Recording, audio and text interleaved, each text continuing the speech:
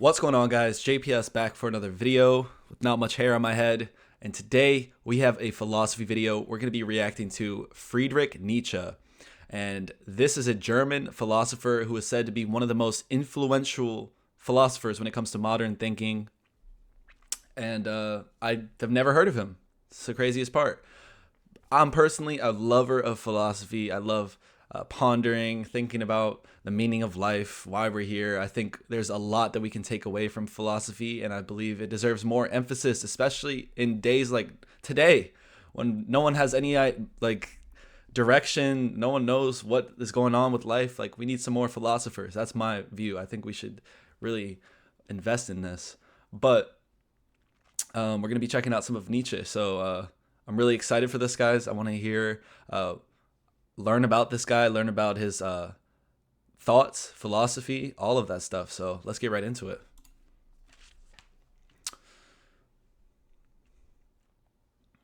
The challenge begins with how to pronounce his name. The first bit should sound like ni, the second like cha, Nietzsche. Then we need to get past some of his extraordinary and provocative statements. What doesn't kill me makes me stronger. God is dead, and we have killed him. And his large moustache. But when we do, we'll discover What doesn't kill you makes you stronger. I thought that was like some pop song or something. I didn't know that came from him. It had to come from something, right? No way they came up with that. Wow. Those are some crazy quotes. Just starting the video off. I'm sorry for pausing so early, but like those are some profound quotes right there. I did not know he said that. dead, and we have killed him. And his large moustache. But when we do, we'll discover a thinker who's intermittently enchanting, wise, and very helpful. Friedrich Nietzsche was born in 1844 in a quiet village in the eastern part of Germany, where his father was the priest. He did exceptionally well at school and university, and so excelled at ancient Greek that he was made a professor at the University of Basel when still only in his mid-20s. Wow. But his official career didn't work out.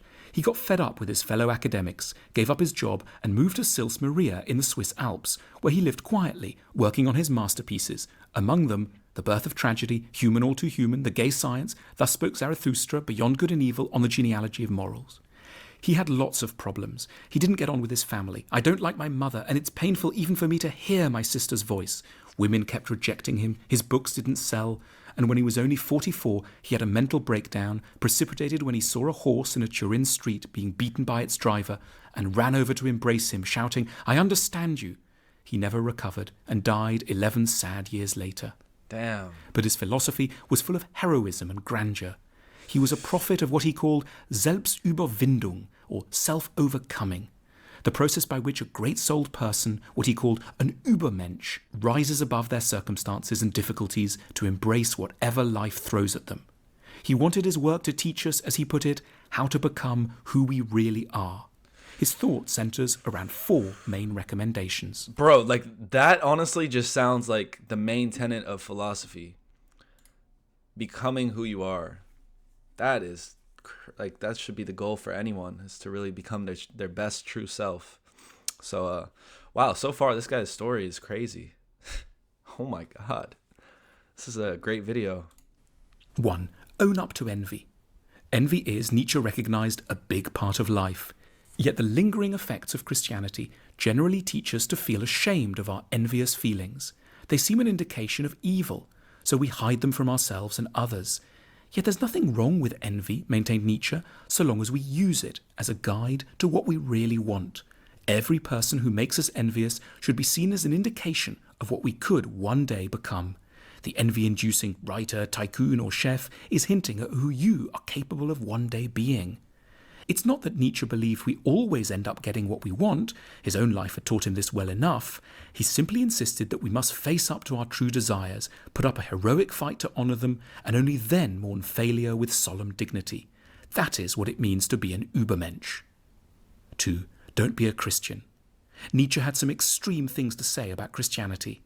In the entire New Testament, he wrote, there is only one person worth respecting, Pilate, the Roman governor. It was knockabout stuff, but his true target was more subtle and more interesting. He resented Christianity for protecting people from their envy. Christianity had, in Nietzsche's account, emerged in the late Roman Empire. in the minds of timid slaves who'd lacked the stomach to get hold of what they really wanted, and so had clung to a philosophy that made a virtue of their cowardice. He called this Sklavenmoral. Christians, whom he rather rudely termed Okay, I've heard of this slave morality term. I believe that comes from Nietzsche, of course.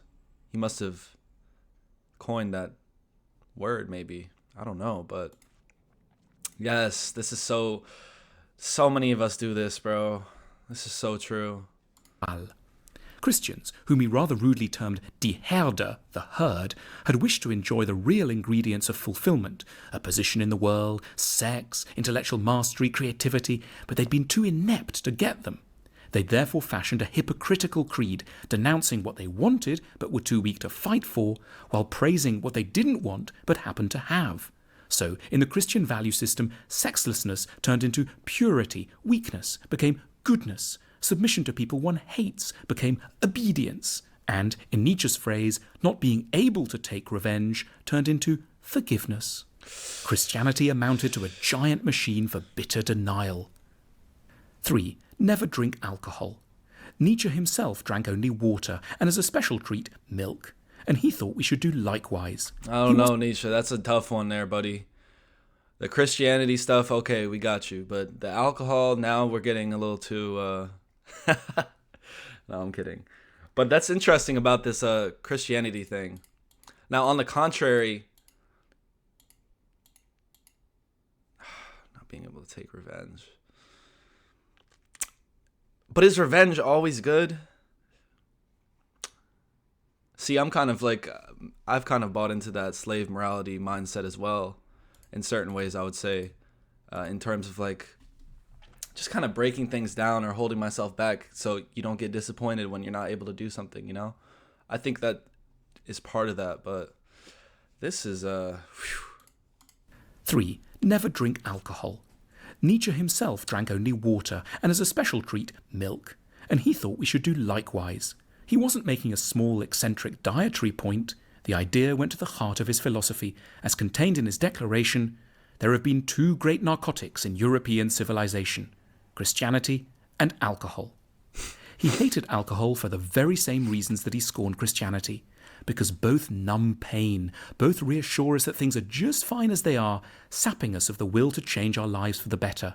A few drinks usher in a transient feeling of satisfaction that can get fatally in the way of taking the steps necessary to improve our lives. Nietzsche was obsessed with the awkward truth that getting really valuable things done hurts. "How little you know of human happiness, you comfortable people," he wrote. "The secret of a fulfilled life is live dangerously, build your cities on the slopes of Mount Vesuvius."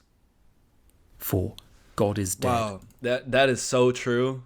Well, that too, but the earlier point about the pain and alcohol, I mean, this isn't just alcohol. You can substitute almost any substance, and people are going to be using that for the exact same reasons, to numb and to feel better.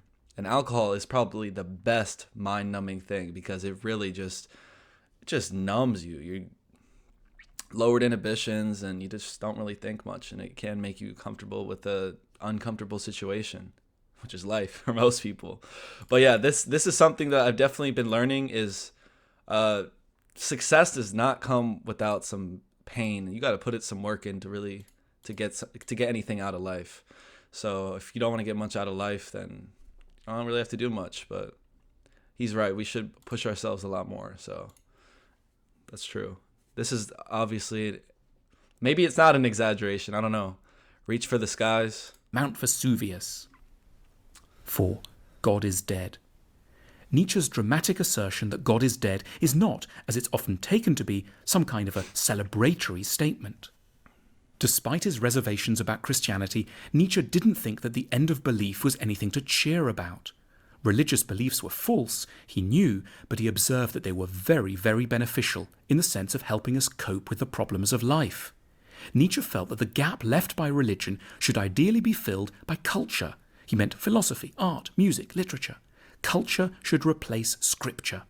However, Nietzsche was deeply suspicious of the way his own era was handling culture. He believed the universities were killing the humanities, turning them into dry academic exercises, rather than using them for what they were always meant to be, guides to life. He admired the way the Greeks had used tragic drama in a practical, therapeutic way as an occasion for catharsis and moral education, and wished his own age to be comparably ambitious. Wow. He called for a reformation in which people, newly conscious of the crisis brought on by the end of faith, would fill the gaps created by the disappearance of religion with philosophy and art. Every era faces particular psychological challenges, thought Nietzsche, and it's the task of the philosopher to identify and help solve these. For Nietzsche, the 19th century was reeling under the impact of two developments, mass democracy and atheism. The first threatened to unleash torrents of undigested envy, the second to leave humans without guidance or morality. In relation to both challenges, Nietzsche remains our endearing, fascinating, often lovable, and mustachioed guide. Wow, what a great video. And very true about the point at the end. That's what I was saying earlier in this video about how we need more philosophers, because I believe Nietzsche said this, is every generation, every time period has its own unique set of problems, and they need philosophers to identify those problems and to help pave the way. And we're, wow, this is just such a great video, guys. It really got me thinking. And that's exactly what philosophy is supposed to do. This got me thinking a lot about my own life and the way I've been living it recently. So, big shout out to Nietzsche.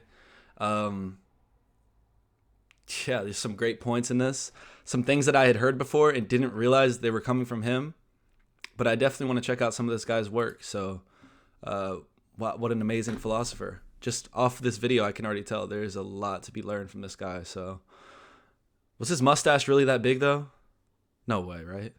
That's no way. Yeah, no way. Anyways, thank you guys so much for watching. Let me know what you thought about this video, how you can apply some of these lessons to your own life.